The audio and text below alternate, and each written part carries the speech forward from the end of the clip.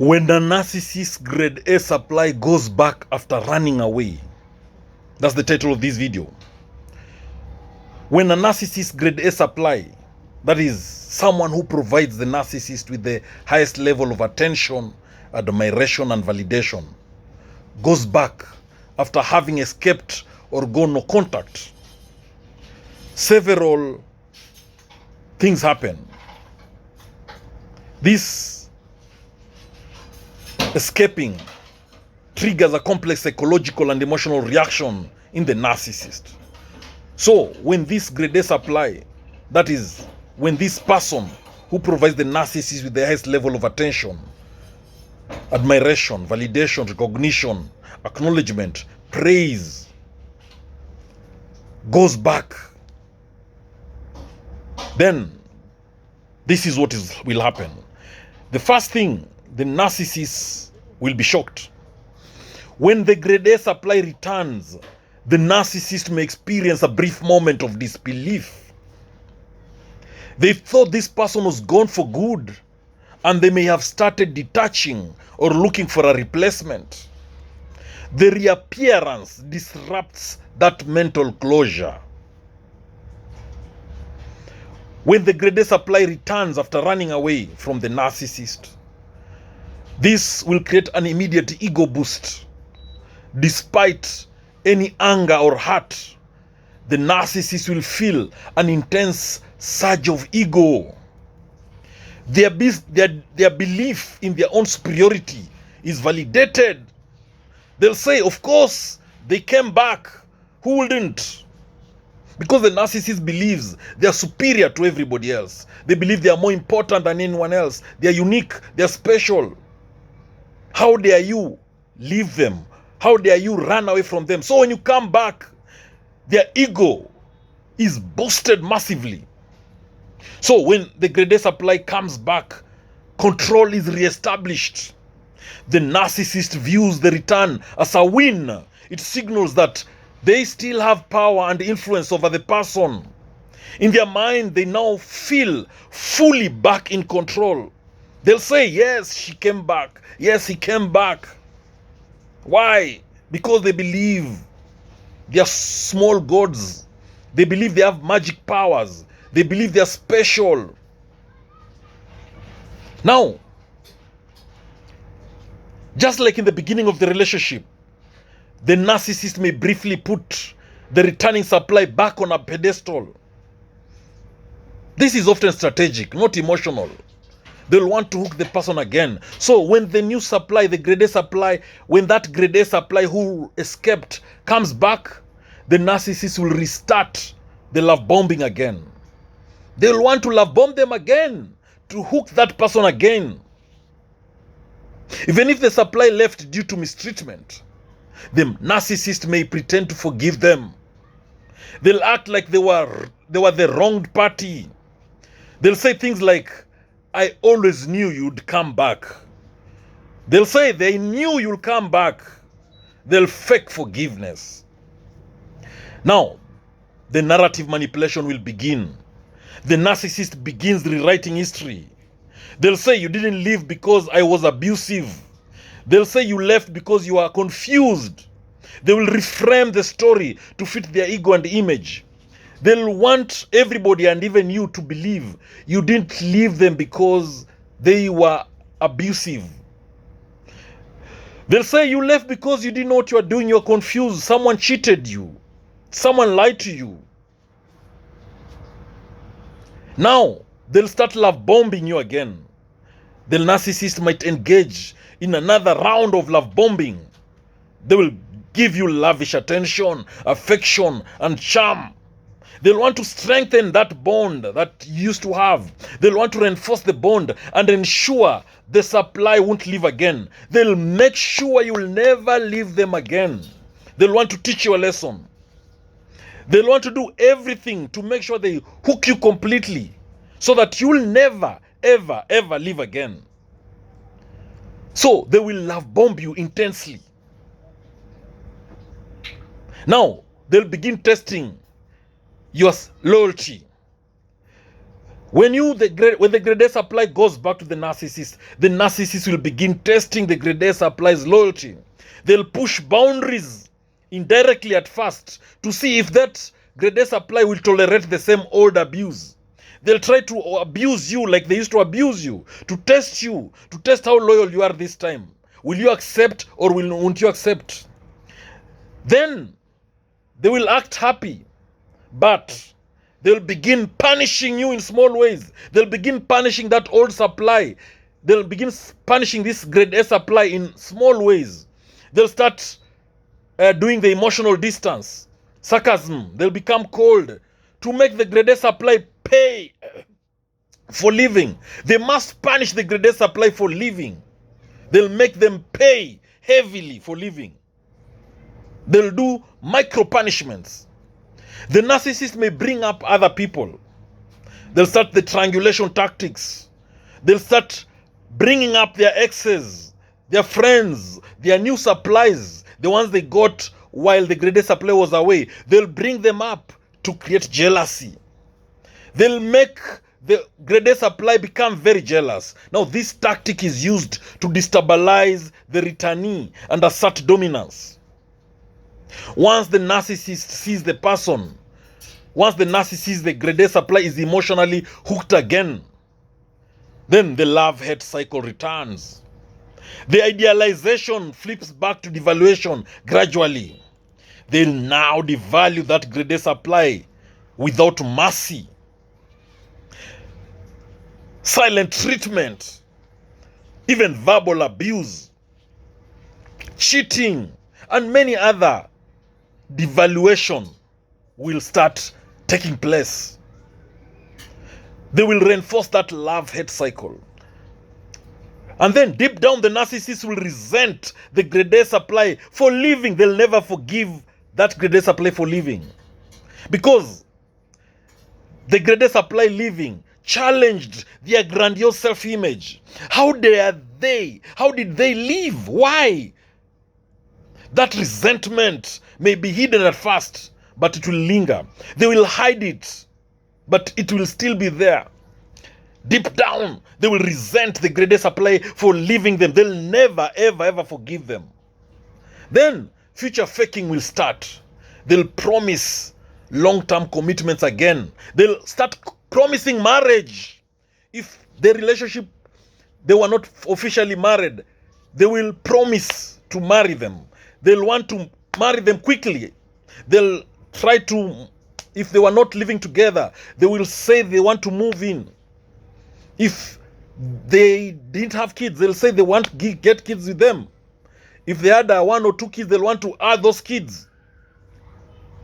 They want to rope the supply back into a sense of safety and purpose. Now that the grade A supply has returned, the narcissist will double down on gaslighting. They'll say you never really left. You just needed a break. They'll want to write history. They'll pretend you never left. You are just playing a game. You just took a break. They'll twist the reality. The reality is that you left them. But they will want to play, to replay, to twist things and say, you really never left. You're just taking a break. I knew you would come back. That's not the truth, because the grade A supply had left. But the narcissist will want to replay that. Again, if the supply came back out of loneliness, if the grade A supply came back out of loneliness, guilt, or fear, the narcissist will prey on those emotions. They will know that's the weakness. If the grade A supply came back maybe because of the children, now the narcissist knows that is where the weakness is. They'll use those vulnerabilities to keep the grade A supply emotionally dependent. If they came back because of money, they came back because they are broke, they came back because you are scared, whatever brought them back, the narcissist will double up on it. Now, isolation tactics will resume. Once the grade A supply is back, the narcissist will try to isolate the supply again from their friends, from family, or any external sources of strength that may have helped them leave the first time. So, whoever helped the grade A supply leave, the narcissist will do everything to isolate their grade A supply from that person or from those people. Then now there'll be erosion of boundaries. Any boundaries the grade A supply had while gone are slowly eroded. The narcissist will demand access to emotions, time, and even thoughts. The narcissist will use a system of rewards, affection, approval, and punishments, that is through withdrawal and insults, to condition behavior and ensure obedience. Behind the scenes, the narcissist may still be bad-mouthing the supply to others. They'll go on a smear campaign. When the grade A supply returns, it does not stop the narcissist from smearing the grade A supply's name. It just changes the tone. The narcissist will talk badly to everyone about the grade A supply. They'll bad-mouth them. They'll spread bad rumors to everybody. Then they'll become possessive. The narcissist will become more possessive after a grade A supply has returned. They are worried the person may leave again. So they will disguise this possessiveness as passion or deep love. They will pretend they love them so much, but all that is possessiveness. They will monitor the supply for signs of disobedience or detachment. Suspicion and paranoia will increase as they fear abandonment repeating itself. The narcissist will expect total loyalty, honesty, and submission, while continuing to lie, to cheat, or manipulate freely themselves. So the narcissist will not stop cheating. They'll even cheat some more when the grade A supply comes back. They will lie some more, and they will even manipulate them some more, while they will be expecting total 100% loyalty, honesty, and submission. The narcissist may flaunt the person's return to others. They'll tell everybody, look who came back crawling. They were unable to live without me. You see, I'm a good person. If I was a bad person, how comes they're back with me here? So this public display of superiority is a way of the narcissist to boost their image and control the narrative. Paradoxically, once the narcissist feels they've won by getting the supply back, they may begin planning the next discard. The chase is over. Boredom may set in. You know, narcissists get bored easily. Once the grade A supply is back, they will now start planning to discard them. They will start emotionally withholding. They will start to withhold affection or attention again. This will keep the supply chasing and confused. The new supply will be confused. And this will ensure control remains one-sided. The grade A supply will find themselves re-traumatized again. They'll start feeling the same feeling they had. The same abuse patterns will re-emerge, and they'll be worse than before. The narcissist will feel invincible. They'll feel powerful. They believe they're untouchable now. Even when people leave, they still come back. That's what they'll tell everyone. You know, he left and he came back. She left and he'll come back. So they'll always come back. I must be that powerful. That's what the narcissists will tell themselves. This will fuel their pathological ego. And any respect the narcissist had for the grade A supply will be lost. Narcissists will lose respect for someone who returns. All narcissists will lose respect for their supply when they come back. In their eyes, the person proved they are easy to manipulate again. How dare they come back? They are easy, cheap to manipulate. So the cycle will start with higher stakes. The relationship cycle of idealization, devaluation, and discard will begin again. But now with deeper trauma and more psychological toll. The escape will become harder. Each return will make the supply feel more entangled and guilty, making future escapes more difficult.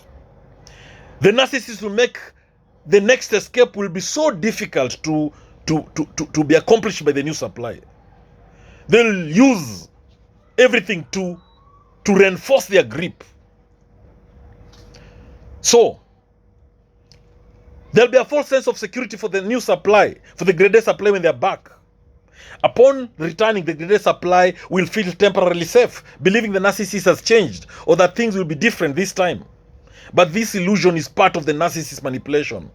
The narcissist will deliberately create emotional highs and lows to increase the greatest supply dependency. They will become the only source of relief after causing the pain themselves. The narcissist will do the prove yourself games. They'll demand proof of loyalty or love constantly from the greatest supply. When the greatest supply comes, the narcissist will tell them, prove yourself. Not verbally, but those will be mind games. They'll question the greatest supply's intentions. They'll create tests. They'll accuse the greatest supply of disloyalty to keep them walking on eggshells. When the greatest supply goes back, they should be ready to walk on eggshells. To prevent another escape, the narcissist will slowly chip away at the greatest supply self-esteem through subtle put-downs, backhanded compliments, and comparison to others. They will intensify financial control. If money was previously a factor, the narcissist may now demand more control. Shared accounts, monitoring spending, or guilt-tripping about expenses to trap the greatest supply more. So, sex will be used as a weapon. They will start withholding or exploiting sex to manipulate the greatest supply. They'll punish them to reassert dominance over them. The narcissist will often bring up the fact that the supply left as a way to guilt trip them. They'll always remind them, you ran away from me. You went you ran to a woman. You ran to a man. They'll frame themselves as the victim to secure deeper emotional leverage. You cheated on me. They'll do all this to guilt trip the greatest supply. They'll emotionally blackmail them. Threats of self-harm, abandonment, or exposing secrets may emerge as tools to control their greatest supply if they start showing independence again. They'll often portray the reunion publicly as a sign of love prevailing. We overcame everything when privately the abuse continues or worsens. So they'll continue abusing them. They'll pretend to have changed.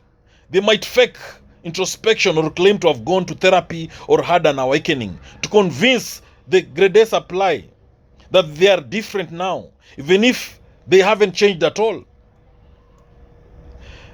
There'll be intermittent reinforcement, which will deepen the trauma bond. The cycle of kind gestures mixed with cruelty will keep the greatest supply addicted, hoping that the kind version of the narcissist will return and stay. The greatest supply will use the return as leverage. They may remind the supply constantly that they came back, implying they owe the narcissist something. They'll imply that they owe the narcissist loyalty, silence, or total compliance. The narcissist may now track the greatest supply's phone, check messages, demand location updates. This will be justified by their fear of abandonment, but it will be driven by possessiveness.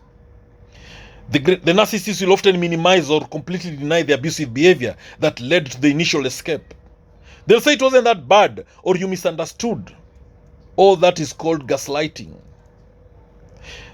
They will they will try to act confident, but deeply the narcissist will fear abandonment. And this will lead to preemptive sabotage, hypercriticism, or emotional distancing to hurt before being hurt again. So they'll want to hurt the greatest supply, believing that they'll be hurt again. So they will start revenging in disguise. They may be secretly planning to punish the greatest supply for leaving through subtle cruelty, infidelity, or eventually discarding them in a humiliating way. If there are shared responsibilities, if they have kids together, property together, pets together, the narcissist may now use them as pawns to guilt trip the greatest supply. They'll use those the kids, the pets, the property to trap the greatest supply or to manipulate them again. So emotional numbness may increase. Over time, the greatest supply will start to feel emotionally dead inside. This is a natural response to prolonged psychological abuse and confusion. While showing fake humility publicly, the narcissist may boast in private that they broke the person enough to come back. It will fuel their internal superiority complex. If the grade A supply tries to leave again, the narcissist will become more cunning. They know what worked to get the person back once, and they will refine those tactics next time. The grade A supply is isolated from their old self.